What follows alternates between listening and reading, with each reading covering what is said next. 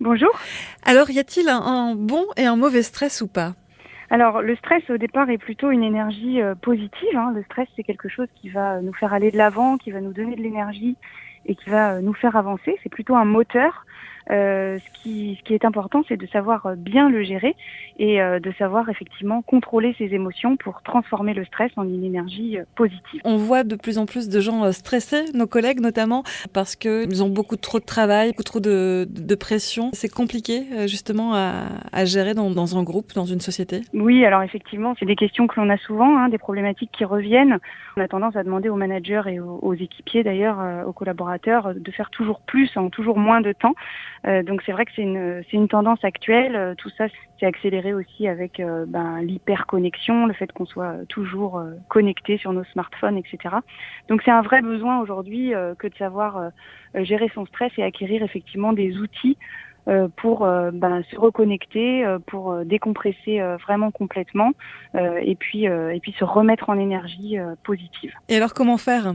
Alors comment faire? Il y a beaucoup de clés, hein, effectivement.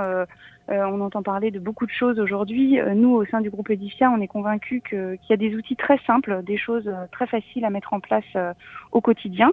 On parle par exemple aujourd'hui, parmi les outils, nous on travaille beaucoup avec un outil qu'on appelle la cohérence cardiaque.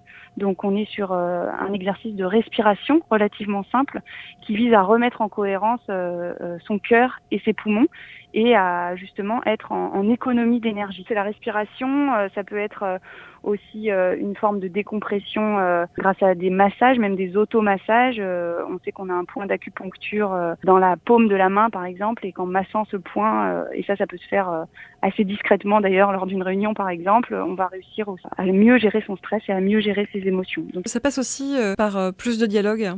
oui, sans doute, effectivement, la communication, c'est là aussi une des clés d'un bien-être, hein, d'un mieux-être au travail, d'une meilleure qualité de vie au travail. C'est vrai que on travaille aussi beaucoup nous sur la communication positive, la communication non violente, et justement être dans le dialogue, dans les échanges. On parle aussi beaucoup aujourd'hui des entreprises libérées, donc le fait de libérer les initiatives des collaborateurs, de permettre aux collaborateurs de s'exprimer, de leur laisser le droit à l'erreur aussi, le droit de se tromper, hein, ça c'est quelque chose d'important aujourd'hui. Donc c'est toutes ces nouvelles tendances de management qui vont permettre effectivement de retrouver une meilleure qualité de vie au travail. Voilà, évidemment tout ne passe pas par la respiration. Ce sont des petits outils complémentaires qui peuvent être mis en place dans un contexte beaucoup plus global. Si les si les chefs sont moins stressés, justement, c'est bon pour tout le monde. Ah oui, ça c'est une de nos certitudes effectivement, d'avoir des managers qui eux-mêmes gèrent mieux la pression. Ça va forcément se ressentir sur les équipes et sur l'équilibre global de l'équipe. Donc oui, ça c'est une des certitudes. Merci beaucoup, Maud Chevalier, d'avoir été avec nous ce matin. Très bonne journée à vous. Merci à vous.